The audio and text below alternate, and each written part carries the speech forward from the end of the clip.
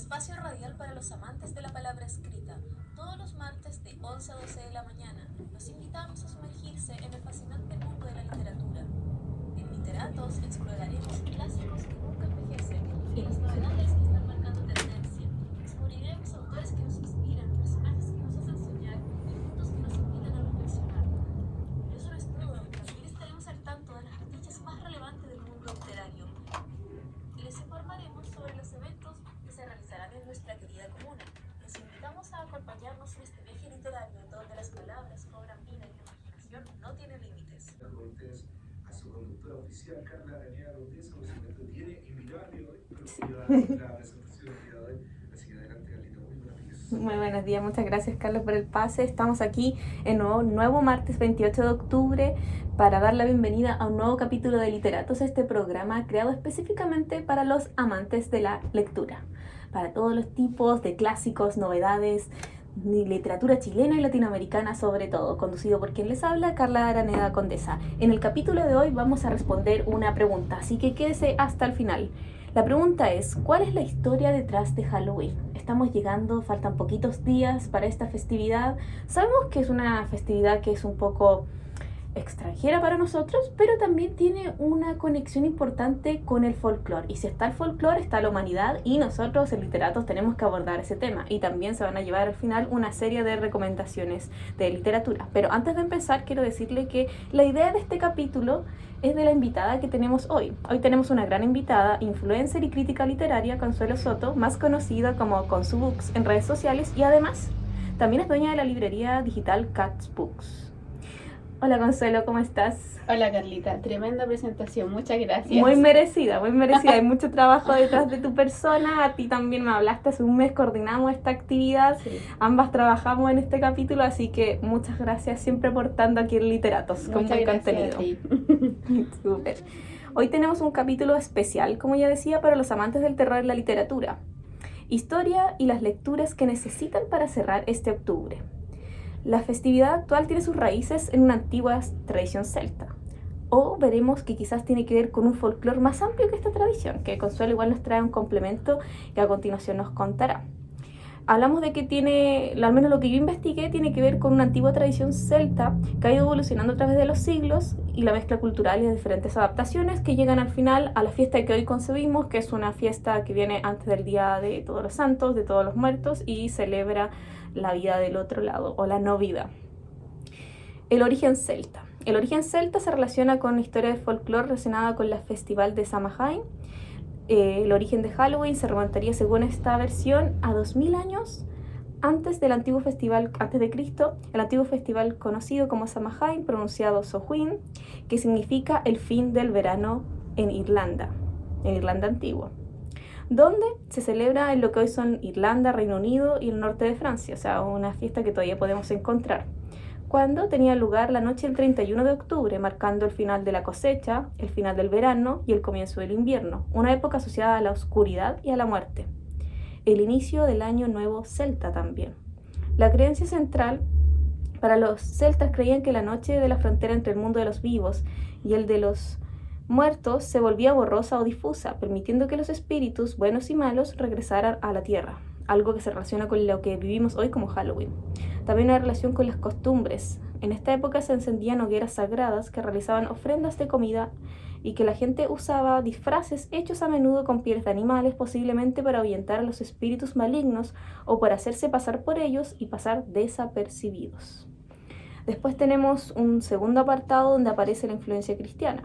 Con la expulsión del cristianismo, muchas festividades paganas se mezclaron e intentaron suplantar con celebraciones de la iglesia. La primera celebración de la iglesia sería el Día de Todos los Santos, que en el siglo VIII el Papa Gregorio III trasladó la celebración del Día de Todos los Santos para honrar a los mártires y santos al 1 de noviembre, coincidiendo con el Samhain. El nombre de Halloween, la noche anterior, el 31 de octubre, se conocía en inglés antiguo como All Halloween, víspera de Todos los Santos. Con el tiempo, esta expresión se contrajo y derivó en el nombre actual de Halloween. En un tercer punto, y una conexión más directa con nuestra cultura, hablamos de la expansión a América y la forma moderna. Estamos hablando primero de la inmigración. La tradición llegó a Norteamérica con la gran oleada de inmigrantes, especialmente los irlandeses y escoceses, en el siglo XIX.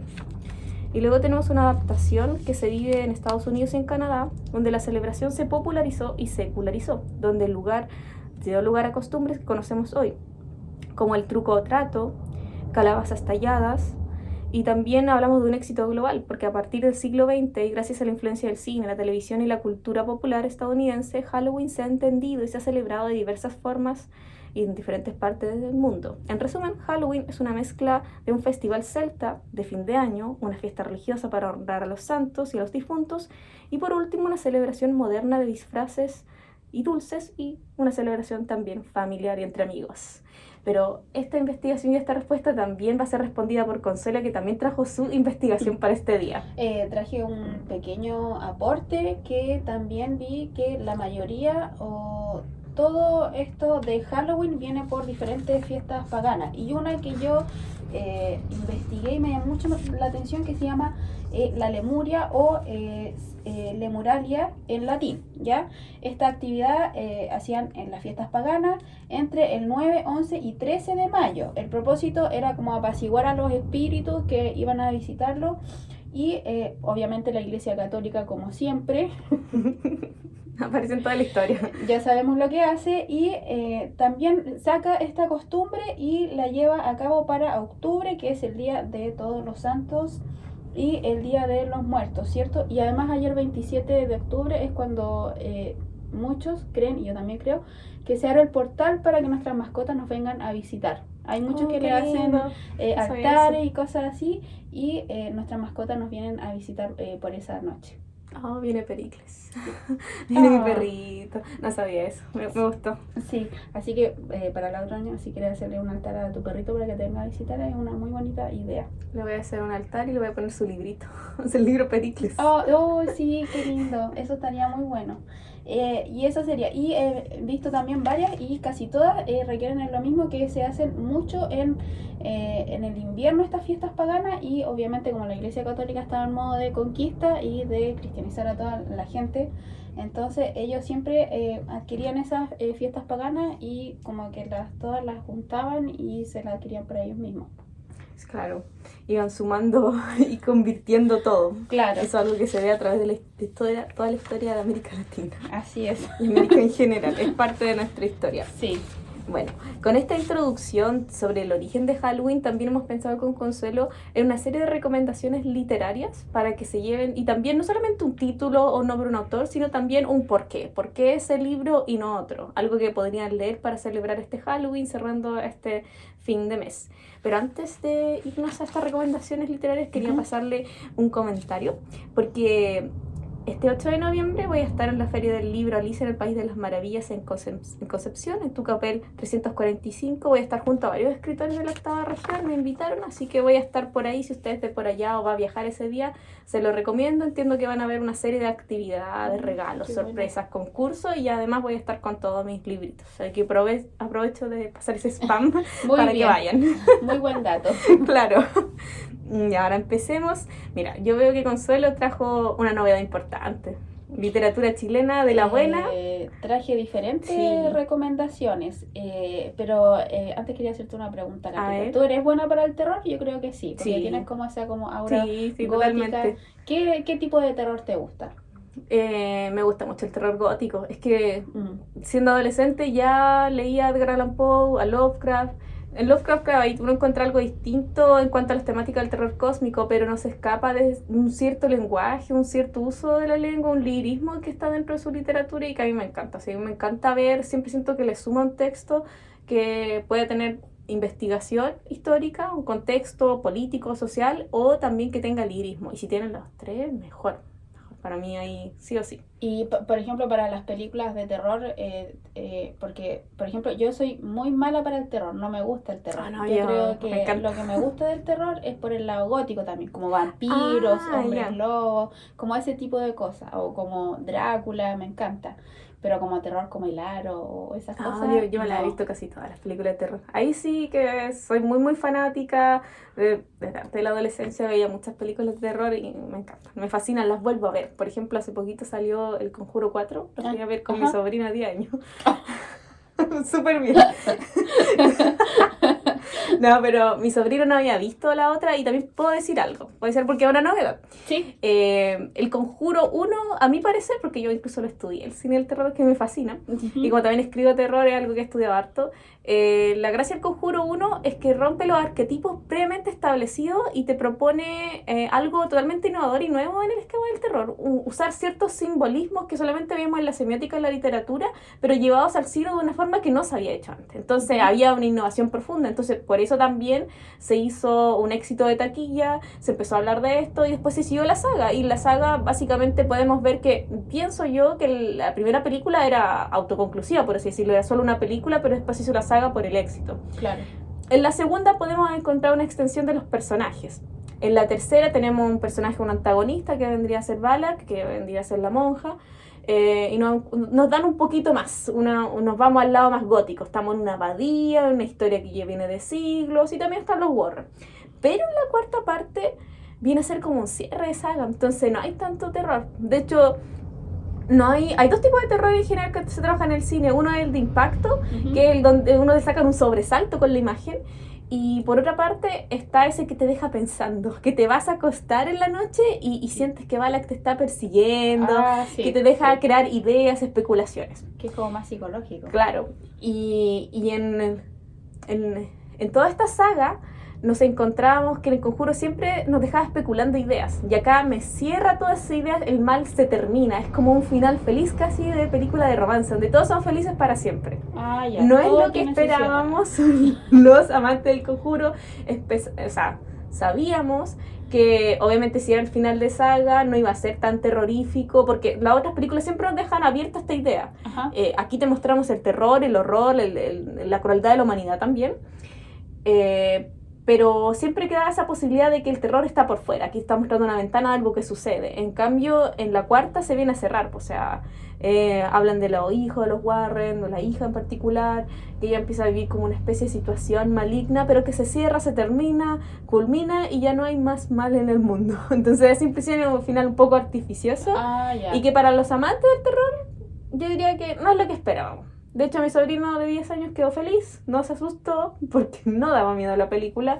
Tenía muy poquitas escenas que primero eran de ese terror que te da un sobresalto y nada más. Era como más de suspenso, dices tú. Claro, pero no te dejaba ideas, no te dejaba Ya. ideas como No se era hizo como en todas las miedo películas de Crepúsculo. Sí, O sea, como- Crepúsculo. No sé qué te asustó con Crepúsculo. Nadie. Todos se enamoraron, todo lo contrario. Yo solamente me asusté cuando dijeron que Robert Pattinson no se lavaba el pelo nunca. Oh, Ese fue mi único momento en que me asusté realmente. vaya. No, pero Crepúsculo igual rompe arquetipo de la historia del vampiro. Sí. Te digo, por eso es importante, Sí. no es solo una saga de libros de adolescentes, sino que rompe con el arquetipo del vampiro y después cuánta literatura surgió ahí. Pero no nos vayamos por las ramas. Sí. No nos vayamos por las ramas.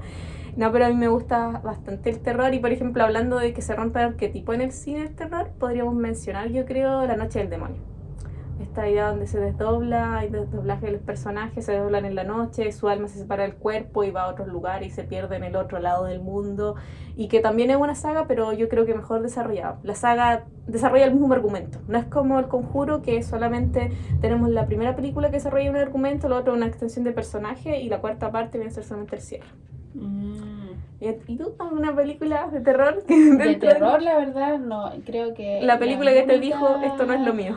Sí, yo creo que fue El Aro, como que vi el principio, me acuerdo, y fue como que no, el terror no es lo mío. No, amiga, sal de ahí.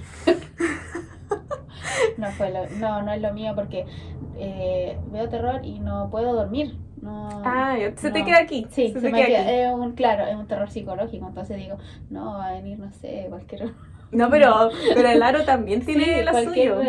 demonio, no sé, cualquier cosa, no puedo con él tampoco. ¿Cómo se llama? El Exorcista tampoco. Me acuerdo que lo vi muy chica y también, sí, son películas tan que uno dice, pero ¿cómo te da? Sí, me dio miedo. Soy No, pero en miedosa su para esas momento cosas. la Sí, gente sí, iba al igual daba cine y miedo. salía corriendo, Sí, igual daba llorando, miedo. sí, causó ese efecto. Pero por eso soy como más del lado gótico, de vampiros, de la Es que uno se va a la transformación. fantasía y Sí, uno sabe que eso como no es más real. fantasía, claro. En cambio, eso. cuando donde Entonces meten la eso no es cotidianidad, ahí está el tan... problema. Sí, y también como de brujas también puede ser, Ah, que claro. eso también da como temas variados también como políticos, temas misóginos, del De machismo y un género. montón de cosas y Muchos también son temas. súper interesantes, pero de terror en sí, malísima. No estaba pensando cuando nombraste El Exorcista, bueno, ese es un clásico de Sí, clásicos. O sea, clásico de clásico. después me acuerdo salió El Exorcismo de Emily Rose, que también sigue esa temática, pero era un poquito más actual. Entonces, igual sigue encantando y sigue generando ese miedo y ese Claro. miedo especulativo que uno se queda pensando y como tú dices, uno se va a acostar pensando Sí. esto es real, porque lo que pasa con El Exorcista, El Exorcismo de Emily Rose y todas las que siguen esta temática es que se meten con nuestras creencias, más allá de que uno las comparta, no, nosotros estamos en un país cristiano, pues Claro. entonces conocemos desde chicos, se nos inculcaba en el colegio, antes en clase de religión o yendo a la iglesia a través de la familia, entonces Claro. queda en el mundo de lo posible. Yo creo que Ese eso es fue el lo que problema. me daba como más miedo, porque me acuerdo que en ese tiempo éramos muy católicos en mi familia, onda de ir todos los domingos a iglesia y cosas así. No, eso incrementa las posibilidades de que es- sea cierto y que a uno le pase. Sí, entonces uno dice, chuta, el infierno y aquí que allá, entonces eso obviamente me da miedo, po. Ya, súper. Sí, vamos a tener una pausa musical. Quise poner música chilena y de mujeres. Muy bien. Sí, quise dar una pausa distinta, pero antes de que vayamos a la pausa, quiero contarles que con Consuelo, en lo que sigue después de la pausa, para que se queden, vamos a estar hablando de unas recomendaciones de literatura, tanto clásicos como novedades, y novedades muy novedades. Ujú. Así que no se lo pierdan y nos vemos a continuación. Muchas gracias. Sí, seguimos con este segundo apartado que es de recomendaciones literarias. Así es. Mira, Consuelo, yo voy a hacer dos recomendaciones porque vi que tú trajiste más novedades. Me lo imaginé. Voy a hacer dos recomendaciones de clásico y después Ok. vamos a hablar de algunas de tus recomendaciones que se vienen bastante interesantes. Ya. Lo último de lo último. Ya, lo primero que quiero recomendar, hablando de clásico, quiero recomendar Frankenstein o El moderno Prometeo de Mary Shelley, publicado en 1819. Una reflexión profunda sobre la creación, la monstruosidad, el aislamiento y un pilar del género. Para muchos, Frankenstein es una historia de terror más, un clásico, pero también recordemos que Mary Shelley con esta obra creó un texto fundacional de la ciencia ficción. Muchas Sí. veces la ciencia ficción se la aparejan a otros escritores solamente por un tema de género. Así Sí. que ahí tenemos Sí. terror y ciencia ficción. Y también algunos, siempre cuando digo Frankenstein o el moderno Prometeo, me preguntan, ¿por qué moderno Prometeo? ¿Qué tiene que ver? Si es Frankenstein, no. No, porque esto tiene que ver un poco con el folclore. Frankenstein viene un poco aparejado con esta idea y hace una analogía con el mito de Prometeo. La guerra que hay entre de mitología griega, de Sí. los dioses contra los titanes. Ah, sí. Nos encontramos que en esta guerra, en un momento, Zeus decide quitarle fuego a la humanidad Ujú. y Prometeo le vuelve a robar el fuego y se lo entrega a la humanidad, por lo que es condenado a la decadencia, a un lugar alejado de Dios, de los dioses, y una decadencia y condena eterna. Hay muchos que dicen que también esto produjo también la decadencia de la humanidad, un lugar donde la humanidad se encuentra indefectiblemente solo, alejado de Dios o cerca de un Dios que no existe.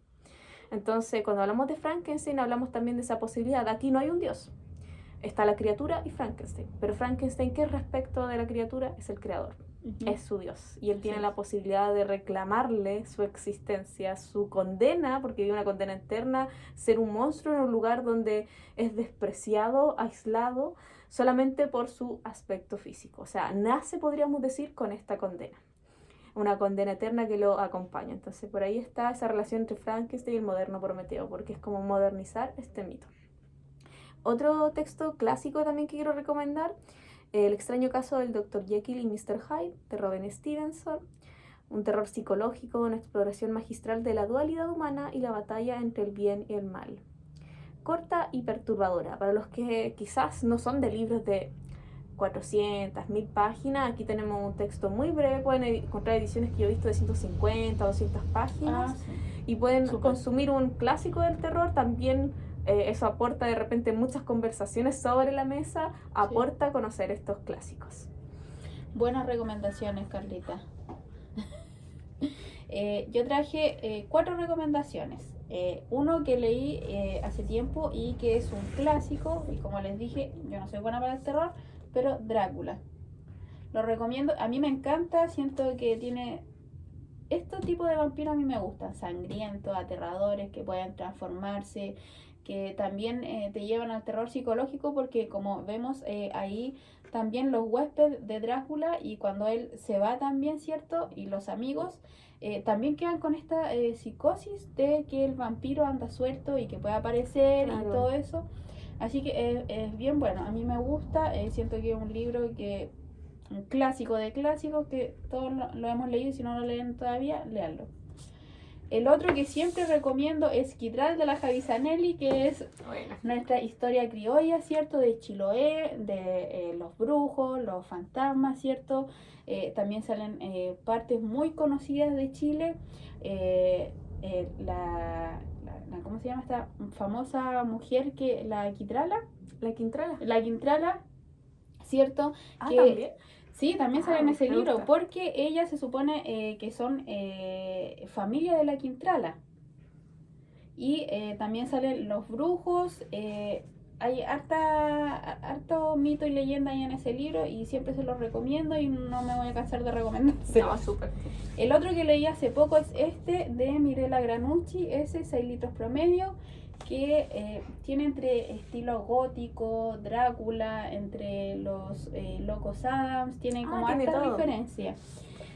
Me gustó porque si bien no es tan de miedo, te lo puedes leer un fin de semana, es súper cortito para aquellos que tampoco les gustan los libros muy largos, tiene alrededor de 180 páginas más o menos. Perfecto. Y no tiene relleno. Me gusta porque el personaje no tampoco justifica lo que hace, sino que te muestra tal como es, y también habla de los monstruos internos. Hasta cuándo somos capaces de ver nuestros monstruos, de aceptarnos y aceptar los monstruos de los demás. Así que es un muy buen libro. Y el otro que todavía no leo y que salió también hace poco es este de Clayton & Co. de la Francisca Solar. Y se supone que se trata como de los muertos y de una niña que puede ver los muertos y que los puede ayudar. Me parece que por ahí va el tema. Un libro que estábamos comentando con la Carlita Condesa, que salió muy poco tiraje, encontramos. Sí. Y yo ahí les voy a estar mostrando y contando en historias qué tal me va apareciendo el libro, pero yo creo que me va a gustar mucho. Sí, de hecho, me acuerdo cuando Francisca Solar empezó a presentar este libro antes que saliera publicado. Ella comentaba que había una relación directa con el buzón de la impura, y el Sí. capítulo 13 de hecho fue como un desafío. Encuentra cuál es la relación entre cuando solamente teníamos la portada. Todavía estaba anunciando que se venía un tiraje, pero todavía no se sabía. Y un tema que estábamos conversando con la Consuelo, que tiene mucho que ver con el trabajo de Francisca Solar, es que, por ejemplo, Francisca Solar tiene 15 y 6 años de trayectoria. Sí. Una trayectoria exitosa. Sí. Ha sido traducida a diferentes idiomas, se lee en muchos países. Uh-huh. Es una escritora que viene con mucho reconocimiento, o sea, estamos hablando de una escritora de canon. Sí. No solamente una escritora muy leída. Sabemos que con El buzón de las impuras marcó un punto de bestseller y ha sido muy leída a lo largo del mundo. Lleva casi un año en los rankings de los más vendidos, Sí, en el número como, 1. Sí, como un año. Muchas bookstagramers también de internacionales lo recomiendan. Es que todos la leen, Sí. todos la leen. Es una escritora que de verdad está marcando pauta dentro de Chile y también en el mundo con su literatura. O sea, está posicionando a la literatura chilena también fuera del mundo. Y aquí está la encrucijada. Recordemos, no hace tanto, cuando Francisca Solar anunció con mucha felicidad que se venía la preventa de este libro Uh-huh. y que aprovechaban de comprarlo porque después iba a venir un tiraje de tapa dura que iba a ser también reducido, o sea, no stock limitado. ¿Y cuál era el número del tiraje? 200 libros.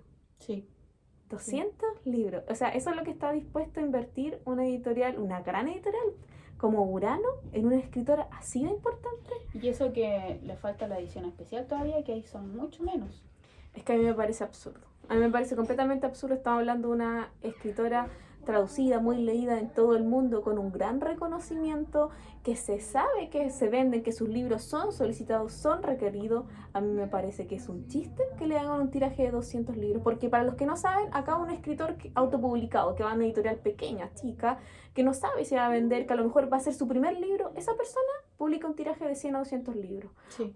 Una autora como Francisca Solar, yo me imagino que deberíamos hablar de 5.000 libros para arriba de un tiraje, porque pensemos que es una escritora que hace giras con sus libros, que se presenta en diferentes lugares, que incluso va al extranjero, que es solicitada al extranjero, que es leído en todo el mundo. Sí. Entonces, ¿qué está pasando? Estamos hablando que no es una editorial pequeña, editorial Urano, estamos hablando de los grandes conglomerados como Penguin Random House, Planeta, Urano. ¿Y cómo puede ser que invierta tan poco en una escritora que ya sabemos que está aprobada? Porque yo entiendo de repente hay editoriales que no quieren invertir mucho porque, pucha, no sabemos si se va a vender, pero acá se sabe. Se sabe que se va a vender, se sabe que se va a solicitar y es un libro que fue ampliamente requerido. Si yo digo, ¿por qué solo 200 libros? ¿Qué será? ¿Será porque es mujer? ¿Será porque es de América Latina? Porque el éxito y la trayectoria está aprobada. Sí, encuentro que en general se le da como poca cabida, poca comercial a las autoras o autores chilenos, porque igual siento que cuando vino Isabel Allende, haber hecho solamente un conversatorio con, ¿cuánto? 200 personas quienes pudieron, y con entradas que son limitadas, no, más de 200 personas, como 300, 400 personas. Pero es poco. Pero es poco. Y solo uno es muy poco, porque yo también quería ir, mi hermana también quería ir porque es su autora favorita, pero no alcanzamos entradas. Y obviamente... Es casi como ustedes, que mucha gente fuera. Claro, también. y más uno porque uno es de región, entonces menos te van a pescar. No, pero Partamos por eso también yo siento que tiene que ver con Isabel Allende, una de las escritoras hispanohablantes más leídas, Sí. y hace muchos años que es así. Premio Nacional de Literatura, con amplio reconocimiento en diferentes países, más que en su propio país. Y años que no venía a Chile más encima. Sí, porque de hecho desde su última gira así como oficial, entiendo que la hizo como el 2019, después del 2020 hizo como una gira virtual y después dijo, oye, puedo vender libros sin hacer gira, porque igual se entiende por la cantidad Sí, de trayectoria que puede estar cansada. Entonces entiendo que ahora lo está retomando y por ejemplo, ese conversatorio que tú planteas que se hizo acá en Chile, eso fue porque ella lo coordinó con su editorial. No Ajá. es que Chile la haya invitado. Y yo siento que falta eso. Si tú tienes una gran exponente, ¿cómo no va a ser posible que le hagas la invitación, le des las facilidades para que esté en el A país? eso me refiero, por último, haberle abierto otro día, o a lo mejor, bueno, igual se entiende que ella estaba cansada y el tiempo que tenía era muy acotado.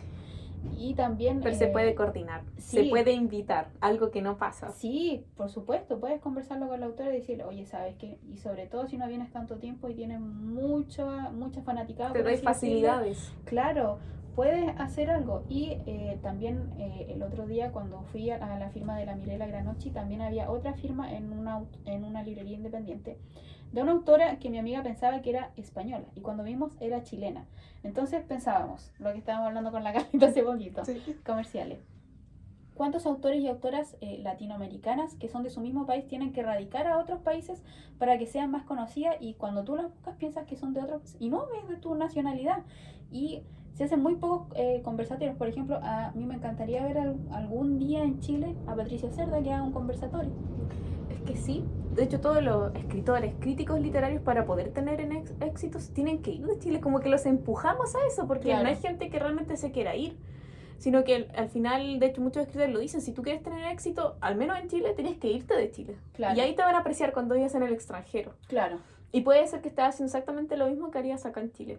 Y eso igual es un tema de mirada que uno igual, yo pienso, uno lo puede criticar como industria mercado del libro, las editoriales que invierten más o menos en ciertas escritoras, pero también uno lo puede ver como consumidor consciente, que esa figura ha aparecido mucho en diferentes mercados, pero rara vez se habla de consumidor consciente dentro del mundo del libro. De repente, si voy a comprar un libro, podría ser que fuera un libro de una editorial nacional, o de repente comprar más literatura nacional. Claro. Hace poquito pregunté en redes sociales si leían literatura nacional y la verdad es que la mayoría decían que no, pero que estaban en esa deuda, lo reconocían, estamos en esa deuda, voy a leer más literatura nacional, voy a leer más escritoras también. Y también escritoras de ahora, no solamente Sí. escritoras que son del siglo pasado, sino las que están escribiendo ahora. Claro, para ir conociéndole y saber también qué género te gusta, poder recomendar también. Claro, hay una deuda y uno como consumidor cuando va a la librería también, por ejemplo, no solamente están las librerías de cadena, también existen muchas librerías independientes. Sí, y Exacto. cuando uno también va a una librería grande y busca, obviamente lo primero que va a ver va a ser las novelas extranjeras, pues Españolas. adelante, y chileno muy En poco, una y a mesa veces, atrás, sí, en el y a veces fondo. cuesta igual como encontrar algún título que tú quieres, o no, sabes que lo tengo ¿O no está? agotado, o tengo uno solo, o... Claro, por ejemplo, en mi caso particular, mis libros solamente se venden en librerías independientes. Claro, por Y ejemplo, ahí yo veo también a muchos colegas escritores que están en librerías independientes. claro, Y entonces ahí también hay un espacio porque también uno puede decir quizá no está el éxito de éxito en la librería, porque las librerías independientes igual pasa algo, que no llegan a tener contrato con estas editoriales como Planeta, Penguin, Urano, pero también pensemos que esas editoriales tampoco están invirtiendo en literatura latinoamericana. Y si lo Claro. hacen, es lo menos posible. claro, O sea, Francisco Solari yo creo que el ejemplo vivo de lo que estamos diciendo. O sea, no puede ser que sea un tiraje tan pequeño. Puede ser una estrategia de marketing, sí.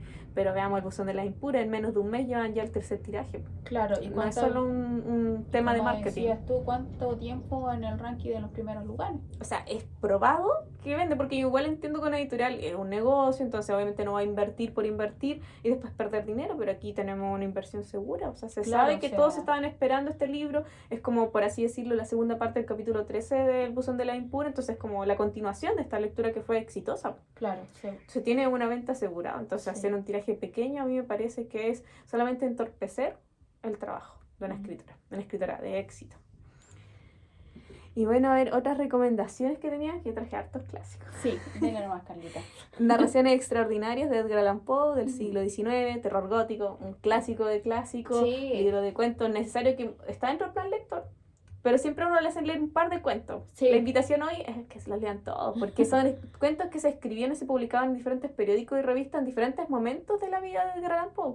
Momentos de decadencia, de adicción, de obscuridad, de luto, y también en su último año donde había reencontrado el amor y dijo ahora sí, y se murió. Entonces también ahí sale El Cuervo, también su poesía, sale toda su narrativa corta. Entonces hay un texto que si no han leído los invito a leerlos. Yo diría que es un libro muy, muy sintomático de estas fechas. Lovecraft con el terror cósmico, con el... Aquí hay un tema, todos lo pronuncian distinto.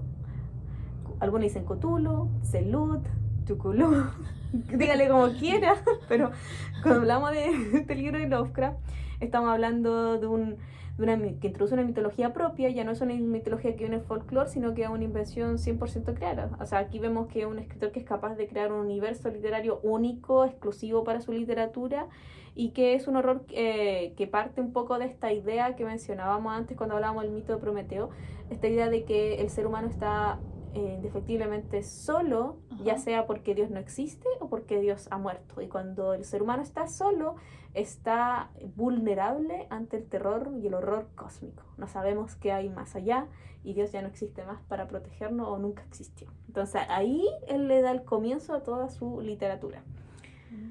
Y tengo uno relacionado porque tú mencionaste a Drácula, que Sí. Drácula es un libro fundacional también. Sí. Porque estamos hablando que el vampiro desde el siglo XVIII existía en la poesía, existía en la lírica, antes se consumía mucho más poesía que ahora, así que Sí, todas sí. las figuras y los personajes que venían un poco del folclore aparecían en la poesía primero, y después tenemos la aparición de Carmilla de Sheridan Le Fanu, Sí, también, que vendría a es muy ser, buena. es discutido si es una novela corta o es una narrativa, un cuento. Porque muchos se discuten cuál es la primera novela de vampirismo. Porque para muchos es Drácula. Es Drácula Bram Stoker, pero Drácula sabemos que se inspiró en el texto de Carmilla de Sheridan Le Fanu. Sí. Y esta es claramente Drácula una novela, Ajá. de principio a fin. Entonces Carmilla tiene ese intermedio, es como pasamos de la lírica a una narrativa corta, que puede ser un cuento, o para algunos una novela corta. Personalmente, como los personajes tienden a ser planos y no son evolutivos, pienso que es más un cuento largo. Ujú. Y después tenemos a Drácula. Entonces ahí tenemos como un camino, partir por la poesía y un camino histórico, después tenemos Carmilla y luego tenemos a Drácula. Y con esos tres textos, y partiendo de la poesía, Carmilla y Drácula, ahí tienen, a ti te da alergia a los vampiros. Eso es lo que pasa. Y otro texto más clásico, El fantasma de Canterville de Oscar Wilde.